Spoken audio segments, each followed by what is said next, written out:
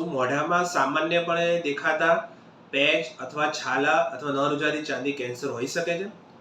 હા, તમાકુ અને દારૂનું કોઈ પણ ફોર્મમાં વ્યસન કરતા વ્યક્તિ માટે ડેફિનેટલી આ એક warning signs of head and neck cancer ગણી શકાય છે. તો આવી જ કેટલીક હેડ એન્ડ નેક કેન્સર્સની વોર્નિંગ સાઇન્સની આજે આપણે માહિતી આપવા માંગુ છું. એમાં મોસ્ટ કોમનલી પર્ટિક્યુલરલી ગળાના કોઈ પણ ભાગ કે જબડાના ભાગ કે મોંની અંદરના ભાગમાં કોઈ સોજો હોવો અથવા મોંની અંદરના ભાગમાં કોઈ પેચ, છાલા અથવા ન રૂજાતી ચાંદી હોવી જે મિનિમમ 3 થી 4 અઠવાડિયાથી હાજર હોય, સામાન્ય તેમાંથી મટતી ના હોય અથવા ધીરે ધીરે વધતી જતી હોય,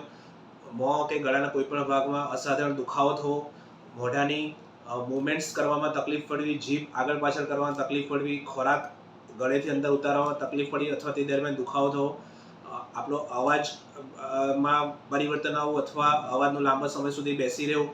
કાનમાં અસહ્ય દુખાવો થવો અથવા કાનમાંથી સાંભળવામાં તકલીફ પડવી, સિગ્નિફિકન્ટ શરીરમાં વેટ લોસ થવો અથવા શ્વાસ લેવામાં તકલીફ પડવી, મોઢામાંથી કે નાકમાંથી કોઈ પણ જગ્યાએથી રક્તસ્રાવ થવો, નાકની કોઈ પણ એક બાજુમાં લાંબા સમય સુધી બંધ રહેવું અથવા